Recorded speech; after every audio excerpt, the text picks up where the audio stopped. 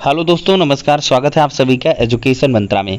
दोस्तों, supreme court BEd बाहर प्रकरण पर आज की डेट में सुनवाई हुई। डेट है 28 अप्रैल 2022।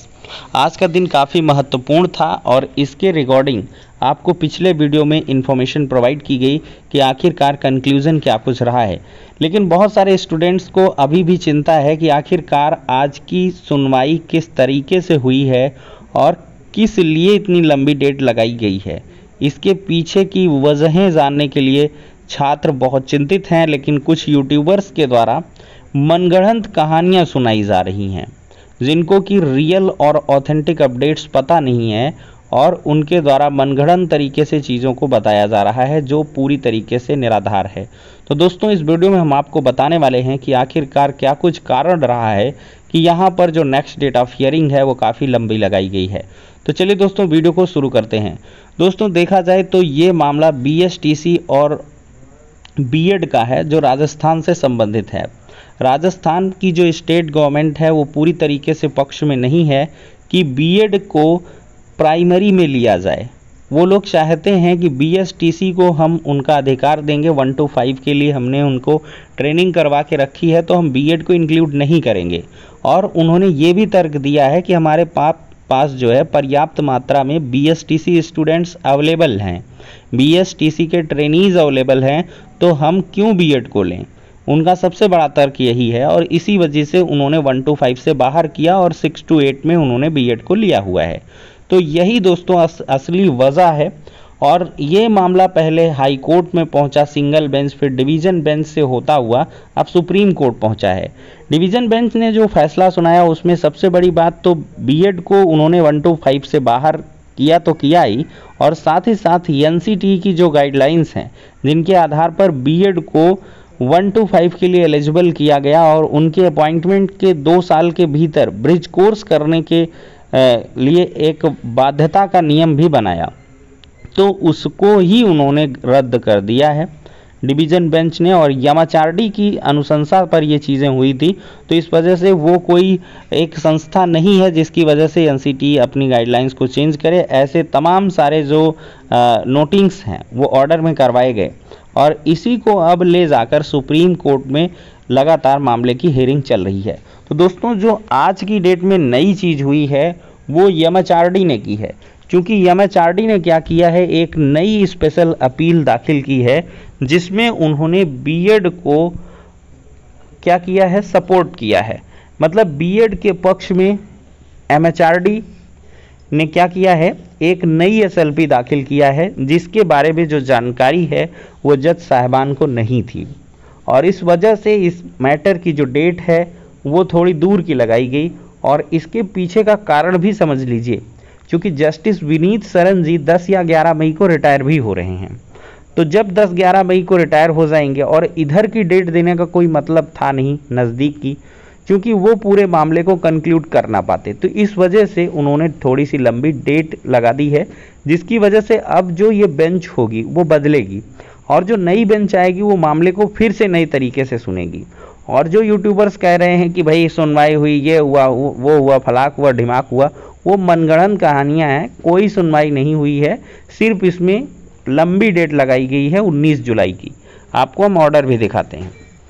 यहाँ पर दोस्तों देख सकते हैं 4331 ऑफ 2022, 28/4/2022 का सीरियल नंबर ये 15 में है, कोड नंबर 9 में ये सुना गया था जस्टिस विनीत सरन और जस्टिस JK माहेश्वरी जी की बेंच में। तो यहाँ पर दोस्तों जो डेट है वो 19 जुलाई की रखी गई है। ऑर्डर 28/4/2022 का है। बस इतनी सी बात है। तो ये हो जाती है दोस्तों बीएड बाहर प्रकरण पर आज की जो संपूर्ण अपडेट। लेकिन अब सबसे बड़ा और असल मुद्दा है उत्तर प्रदेश में नई प्राथमिक शिक्षक भर्ती का, कि नई प्राथमिक शिक्षक भर्ती के अंदर योगी सरकार क्या कुछ निर्णय लेगी। तो दोस्तों, यहाँ पर अभी वैकेंसीज आने वाली नहीं हैं।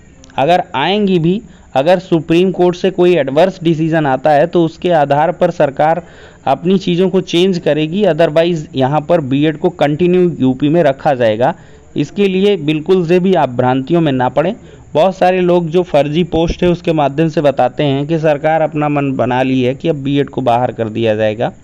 ये वो यूपी टेट का बेस भी बनाते हैं। देखिए यूपी टेट का जो रिजल्ट है वो subject to the final order इस वजह से किया गया क्योंकि पहले से एक याचिका पड़ी हुई थी और याचिका में जो याचिकाकर्ता के एडवोकेट्स थे उनके द्वारा यही कहा गया कि अगर यूपी टेट का जो रिज़ल्ट है वो जारी कर दिया जाएगा तो जो हमारी पिटीशन दाखिल की गई वो इनफ्रक्चुअस रह जाएगी। और उनका यही मतलब कहना है कि बीएड को 125 के लिए जो टेट हुआ है उसमें एलिजिबल ही नहीं किया जाना चाहिए। मतलब किसी को जड़ से ख़त्म कर दें तो बाद में समस्याएं नहीं पैदा करेगा। तो इसी वजह से जो डीएलएड के स्टूडेंट्स हैं वो बीएड को टेट से ही इनवैलिड कराने की जुगत में लगे हुई हैं और बीएड छात्रों को उत्तर प्रदेश के अंदर इसकी जानकारी भी नहीं थी। और जब उनके रिज़ल्ट में कोर्ट केस लिख के आया और या उसमें नीचे लिख के आया कि ये जो आपका मतलब बीएड वाला स्टूडेंट्स का जो टेट का रिज़ल्ट है वो क्या होगा कि इस याचिका के अधीन होगा, तब वहाँ से असल समस्या शुरू हुई है। और आपको ये भी हम बता दें कि हाई कोर्ट अभी इसमें कोई डिसीज़न नहीं देगा क्योंकि हाई कोर्ट को पता है कि सुप्रीम कोर्ट में ऑलरेडी एक केस चल रहा है और उसकी डेट 19 जुलाई की लगाई गई है। तो जब एपेक्स कोर्ट में कोई मामला चल रहा होता है तो लोअर कोर्ट उस पर कोई डिसीजन नहीं देती है। तो इसकी पूरी की पूरी उम्मीद है कि जब हाई कोर्ट में सुनवाई होगी कि इसकी डेट भी जुलाई के बाद की लगाई जाएगी, क्योंकि इसमें जो बीएड के एडवोकेट्स हैं यही तर्क रखेंगे कि अभी मामला अंडर पेंडेंसी है तो इस पिटीशन को तभी फाइनलाइज किया जाए।